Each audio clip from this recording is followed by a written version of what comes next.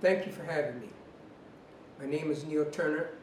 I'm an American anthropologist who's been living in Latin America for 15 years. Before coming here, I taught at a few colleges and universities in the U.S. Later, I decided I wanted to return to field work and do some research for a book. So I came to Brazil, spent 10 years doing extensive research on the Brazilian people, their culture, customs, traditions, and ways of life.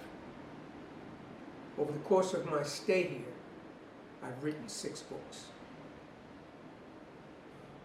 After a while, I began to realize that one of the side effects of the digital revolution is people read less and less nowadays.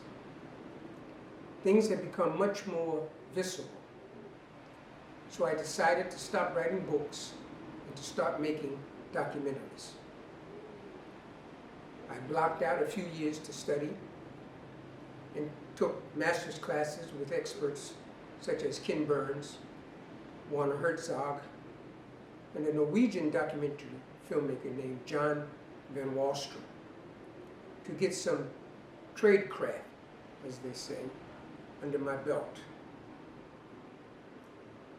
Our work focuses on ethno-historical documentary. And what we have found is a large audience for information on the African diaspora.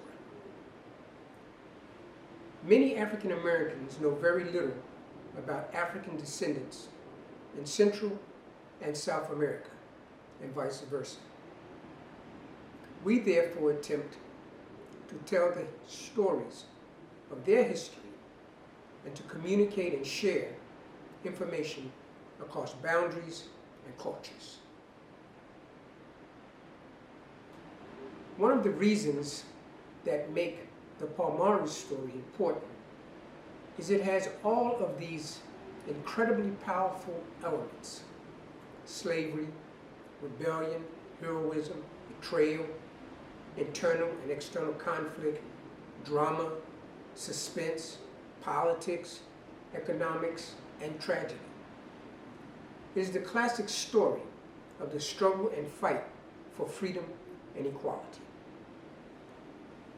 As an American anthropologist living in Brazil, I have made contacts with Brazilian historians, professors, researchers, and archivists who have provided a unique perspective on the story of the Quilombos of Brazil, particularly Palmares, which was the longest existing Maroon site of escaped slaves ever.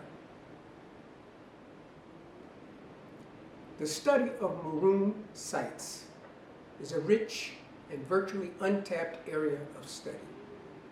More important, this area of study is essential to the history of slavery because it will advance our knowledge of enslaved Africans in the Americas by fostering new perspectives on traditional concepts such as ethnicity, cultural contact, cultural continuity, and change.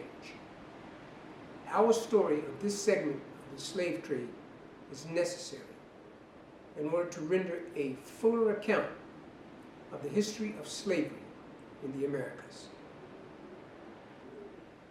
In our documentary film, we wish to tell the story of the Brazilian Quilombos of Palmares and its greatest leader, Zumbi dos Palmares.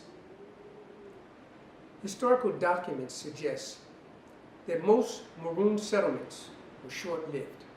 For example, historian Raymond Kent affirmed that 7 out of 10 of the largest Quilombos in Brazil were destroyed within 2 years of formation. However, Palmares proved to be the exception, lasting for 93 years. That's 93 years, almost an entire century. We will introduce aspects of this story that have been overlooked, such as the relationship between the inhabitants of Palmares and local small farmers.